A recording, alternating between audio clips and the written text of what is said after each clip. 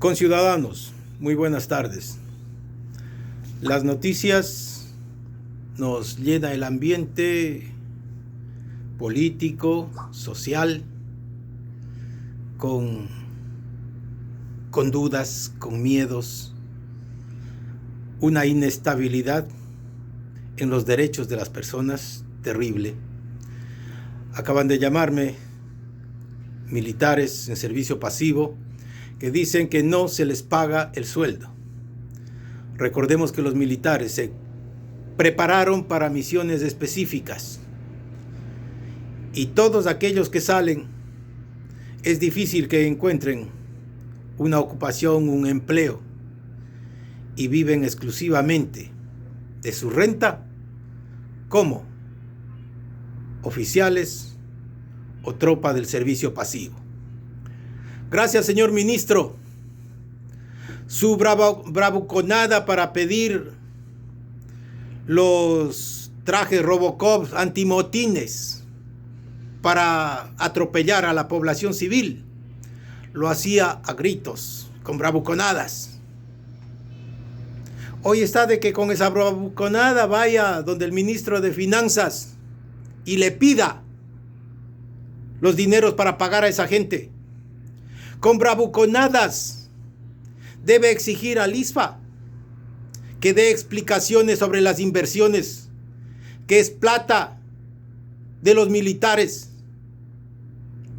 Tantas compañías en entredicho. Cabe una investigación y recuerde que usted es la cabeza de ese instituto y no me diga que no sabe o que cada empresa tiene su presidente, su directorio, que ya le van a informar. No. Creo que usted perdió la autoridad, la gente le pide su renuncia, pero no hace caso. Y cuando se pierde la autoridad, todo mundo hace lo que le da la gana. Este video va dirigido también, no solo a usted, para el defensor del pueblo, porque se va a denunciar algo que está sucediendo en las filas militares. Esa división de oficiales y tropa que piensan que el oficial tiene la potestad para maltratar a la tropa, que tienen la potestad de juzgar como les da la gana, porque el reglamento de disciplina militar dice que los militares en las sanciones disciplinarias se acogen a su reglamento. Esto no significa que el reglamento pueda irse en contra de la Constitución de la República y de normativa común aplicable a todos los procesos. Comandante de la FAE, es su deber administrar las fuerzas, la Fuerza Aérea. Sucede que hay una muchacha, no digamos que por amor a la patria, que por vocación se hizo militar. Mucha gente se hace militar por necesidad, porque buscan un empleo y un sueldo. Y a lo mejor esa falta de vocación, esa falta de subordinación y las faltas que se cometan no es culpa de la gente que ingresó, es culpa de quien lo dejó ingresar, cuando no hubieron exámenes psicológicos adecuados. Sucede que a una muchacha, cabo, como ustedes le dicen los oficiales, cabo, recluta, pudo haber cometido faltas disciplinarias, pero esas faltas tienen recursos para que apele, para que reclame. Por 2 ocasiones no le dieron oídos y simplemente se impone el autoritarismo, porque no es autoridad. Autoritarismo de oficiales que piensan que son dueños de la hacienda.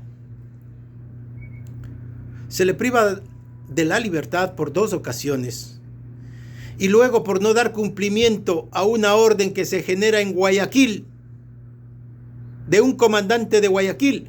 Hay un comandante aquí en la base de Manta de la Fuerza Aérea que de comedido quiere hacer cumplir una sanción que no le corresponde hacer cumplir a él.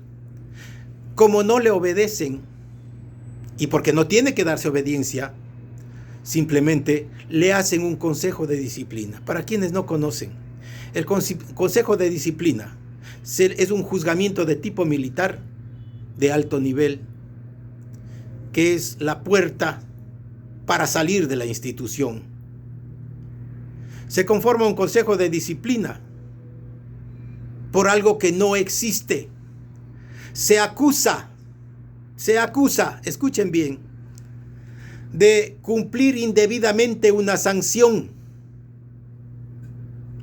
Cumplir indebidamente una sanción por el cometimiento de una falta grave. Si la militar jamás estuvo detenida, jamás ingresó a una celda, ¿cómo pudo haber cumplido indebidamente? Se les hizo ver en el juicio, en el proceso, de que ella cometió una falta grave de menor jerarquía, que dice resistirse al arresto. Ella dijo, no me da la gana de cumplir. Eso significa resistirse al arresto o derecho de resistencia, derecho legítimo de la gente. Si eso el comandante o su tribunal de a dedo no entiende, hay otro artículo que dice dejar de cumplir una orden. Si el comandante le dijo cumpla la orden y ella no le dio la gana, se resistió o no cumplió la orden, no es una falta tentatoria, es una falta grave. Es decir, se juzga sin lo que significa el principio de tipicidad. Bueno, no son abogados, pero uno de ellos sí lo es. No sé qué hace en un tribunal un abogado que desconoce las mismas leyes militares. Es lamentable. Pero aquí viene el problema. Cuando veo una resolución que no cumple con la motivación, solicito y digo, señores del tribunal, aclaren, amplíen estos puntos. Y créanme que la ignorancia llega a extremos. Y me contestan diciendo que el reglamento de disciplina militar no contempla esos recursos de aclaración o ampliación. Tamaño error, tamaña ignorancia. Parece que ni el abogado ni el resto del tribunal ha leído la Constitución de la República. Este reglamento que debió haber sido cambiado y hecho por el Congreso Nacional o Asamblea Nacional, porque así lo manda el reglamento de disciplina militar. Como no ha cambiado, la Constitución dice recurrir el fallo o resolución en todos los procedimientos en los que se decida sobre sus derechos. En todos los procedimientos en los que se decida sobre sus derechos. Es decir, un reglamento de disciplina militar de cuarto o quinto nivel no está para ponerse encima de la Constitución, y no puede haber un tribunal o un abogado militar que diga que no está contemplado. Eso es hacer gala de la mayor ignorancia posible. Muy bien. Simplemente se quiere imponer la orden y la jerarquía del militar. Pero ese mismo militar, esos militares en esta base, saben que han sido cuestionados en otros asuntos. Yo mismo he denunciado comandantes que violan la norma, que violan la ley. Lo conoce el mando militar. Pero a ellos no hay cómo hacerles nada. Hay otro tratamiento. Ahí es cuando cabe recordar qué pasó con los chulqueros que había en Fuerzas Armadas. ¿Qué pasó con aquellos metidos en armas en Fuerzas Armadas? Indigna cuando uno se es abogado y trae a colación leer fallos que deben ser conocidos por Fuerzas Armadas, que debe ser conocido por todo mundo.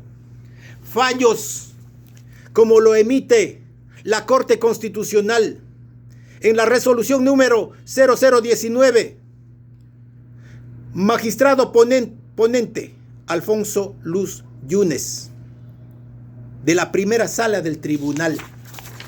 Escuchen lo que dicen.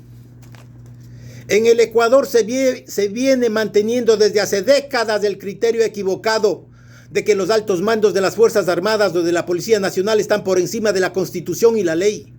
Es imposible concebir que mientras se pregona permanentemente en las instituciones educativas, iglesias, medios de comunicación, sindicatos, organizaciones estatales, gremios profesionales, que se debe luchar tenazmente contra la corrupción, la ignominia y la barbarie, que lo que es bueno, aunque nadie lo cumpla, y a contrario sensus, lo que es malo, malo es aunque todo el mundo lo haga.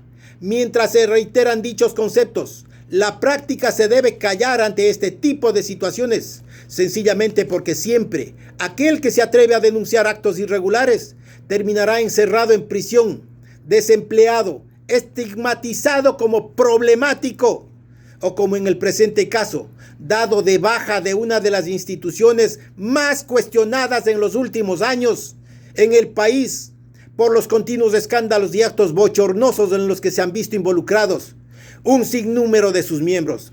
En la mayoría de los casos se han impuesto severos castigos a los de más bajo rango, seguramente bajo el convencimiento de que los ciudadanos no podrán, por su propia condición de pobres, recurrir ante la justicia o reclamar lo que consideren injusto. Para corroborar lo señalado, dice el doctor Yunes, basta con revisar todos los informes correspondientes al caso de la presunta compra de armamento inservible denunciado por el doctor Fernando Rosero, o los archivos referentes al caso del notario Cabrera Román en la ciudad de Machala.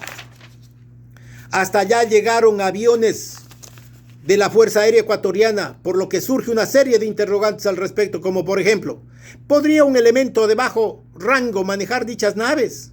¿Con qué autorización se realizaron dichos desplazamientos?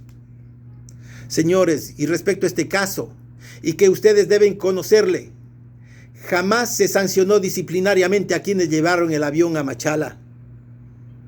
Aquellos que asaltaron la notaría fueron nombrados directores de los centros educativos de la Fuerza Aérea. Esa es la realidad. Hoy como abogado vengo y defiendo intereses legítimos de una ciudadana que está siendo, por su condición de mujer y de miembro de tropa, avasallada en sus derechos. Voy a proponer una acción de protección en su favor. Le pido a la Defensoría del Pueblo, acompañe en este proceso, que se siente precedente de que no se puede maltratar a la gente. Es inconcebible, señor Defensor del Pueblo. Espero que como un veedor, un controlador de proceso, o si usted así lo desea, con un amicus curiae, sea parte de este proceso, para hacerle entender a la institución que no pueden hacer lo que les da la gana, que son muchos de aquella gente que la justicia ordinaria manda a investigar y que no pasa nada. Alguien tiene que hablar en defensa. Ministro, su deber es ver por la gente. La moral de la gente es una de las cosas importantes. Levantar la moral, pero no. Pregunte, Fuerzas Armadas tiene la moral baja. Todo mundo, con el grado que tenga de jerarquía, quiere hacer lo que le da la gana. Quienes sufren son los que están abajo. Quiero verlo, a su abogado. ¿Quiénes van a defender esto? Quiero verlos. Y quiero ver los jueces que en el ámbito ordinario van a observar que un recurso, una petición de aclaración y ampliación es plenamente válido. Solo a un ignorante que desconoce la ley, por más título de abogado que tenga, se le ocurrirá decir que no está contemplado en el reglamento de disciplina militar. Ya basta. La gente está harta del abuso. Ya no son mitallos. Esto no son obrajes. Los cuarteles no son feudos. Espero que la justicia reaccione en este caso. Señor defensor del pueblo, lo espero. Gracias.